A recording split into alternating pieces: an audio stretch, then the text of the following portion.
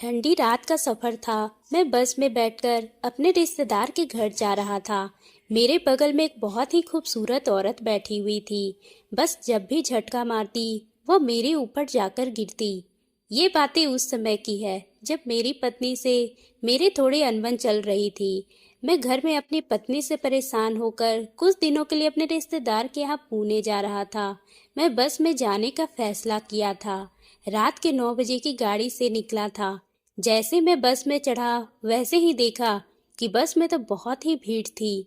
तो मुझे सबसे आखिरी वाली लाइन की खिड़की वाली सीट मिली थी। उस सीट पर एक शीशा टूटा हुआ था। सर्दी के कारण कोई उधर बैठना भी नहीं चाहता था। गाड़ी पूरी तरह से भर गई थी। अब मैं अपने आप को कोसने लगा था कि प्राइवेट गाड़ी से जाता तो अच्छा होता।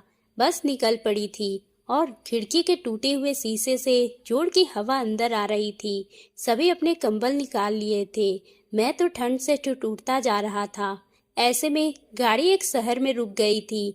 लोग उतर गए थे और उसकी जगह जो लोग खड़े थे वो उस जगह बैठ गए थे। मैं अपनी जगह पर ही फंस गया था। मेरी बाजू वाले बूढ़े भी आगे चले गए थे। बस फिर से चल पड़ी थी।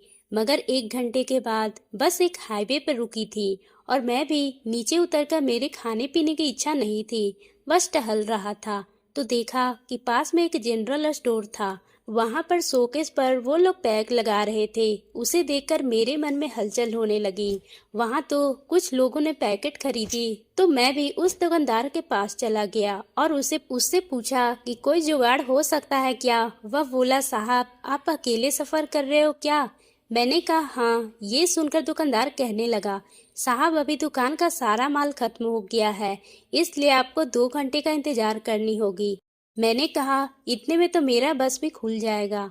दुकानदार अफसोस करते हुए कहा, साहब किसी और दुकान पर जाकर पूछ लीजिए, शायद आपको वहां मिल जाएगा। मैं मायूस होकर अपने नसीब को कोसने लगा था। यह क्या, 25 दिन से प्यास भी था और ऊपर से इतनी ठंडी में मेरी हालत खराब होती जा रही थी।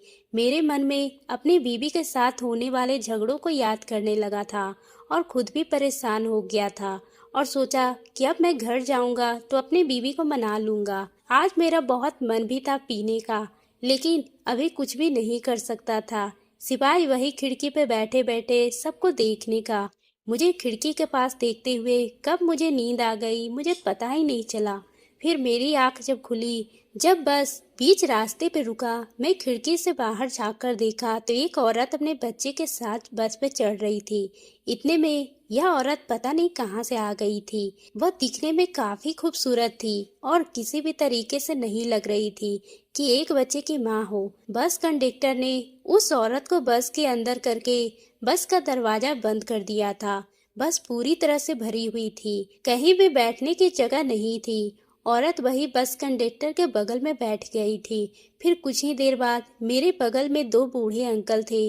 उनकी मंजिल आ गई थी। मेरे बारे में यही सोचा कि शुक्र है ये दोनों बूढ़े उतरे तो सही, क्योंकि जब से मैं सो रहा था वो दोनों इतनी तेज खराटे मार रहे थे कि मुझे सोने में भी दिक्कत हो रही थी और ऊपर से ठंड की वजह से मेरी तो और ज्यादा हालत खराब हो रहा था।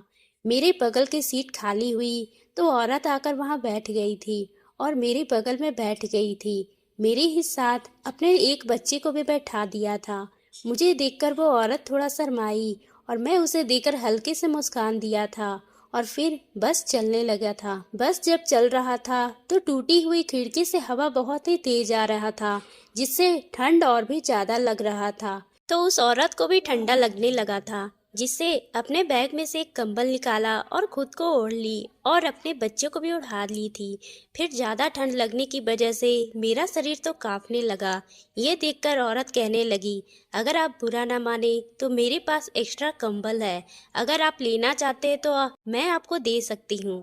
ये सुनते ही मैंने तुरंत हाँ कर दिया, क्योंकि मेरे पास कोई और रास्ता नहीं था।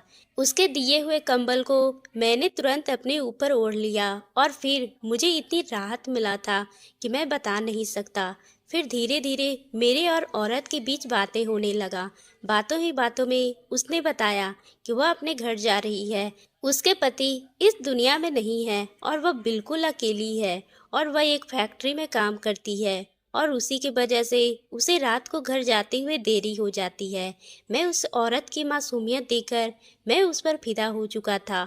वह देखने में काफ़ी दूध की तरह खूबसूरत थी। उसकी सुंदरता से कोई भी उसकी तरफ मोहित हो सकता था। बस बहुत तेजी से चल रहा था और जब बस अचानक उछली तो वह औरत मेरे हाथ से आकर लगी। मेरे करीब इतना आते हुए देखा, वह थोड़ा शर्मा गई थी। मैं भी अंदर ही अंदर बहुत शर्मा रहा था। मेरा दिल अब अंदर ही अंदर मचलने लगा था। एक तो इतने दिनों के बीवी से झगड़े हो गए थे, मैं अपनी बीवी से प्यार भी नहीं मिला था। औरत फिर अपनी जगह पर जाकर अच्छे से बैठ गई थी। उसके बच्चे तो अच्छे से सो रहे थे।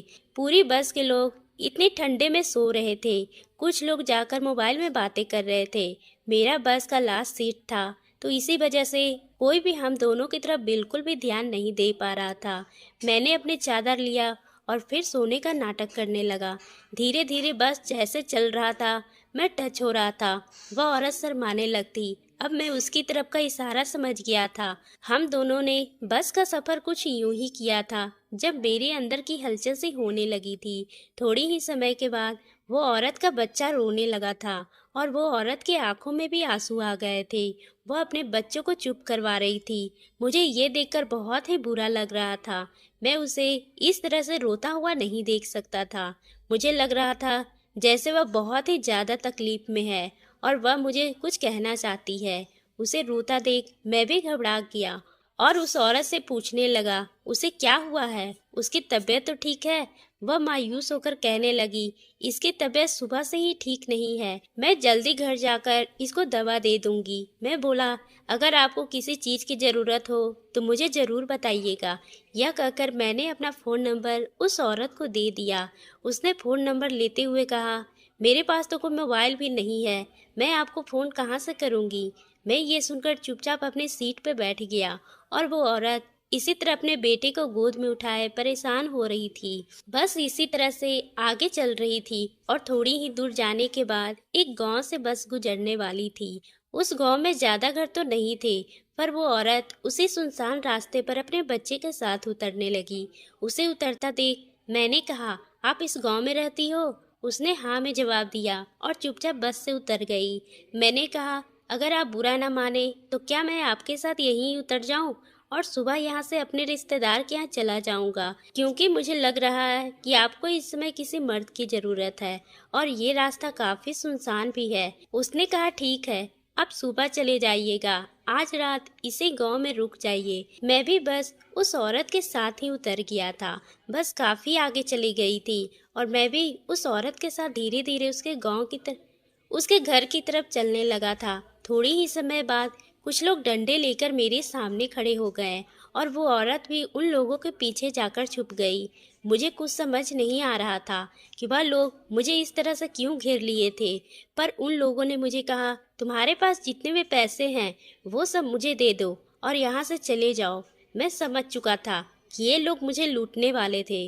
मैंने कहा, मेरे पास तो पैसे नहीं हैं, बस एक सोने की चैन ही पहना हुआ था, जिसे उतारकर उन लोगों के हवाले कर दिया।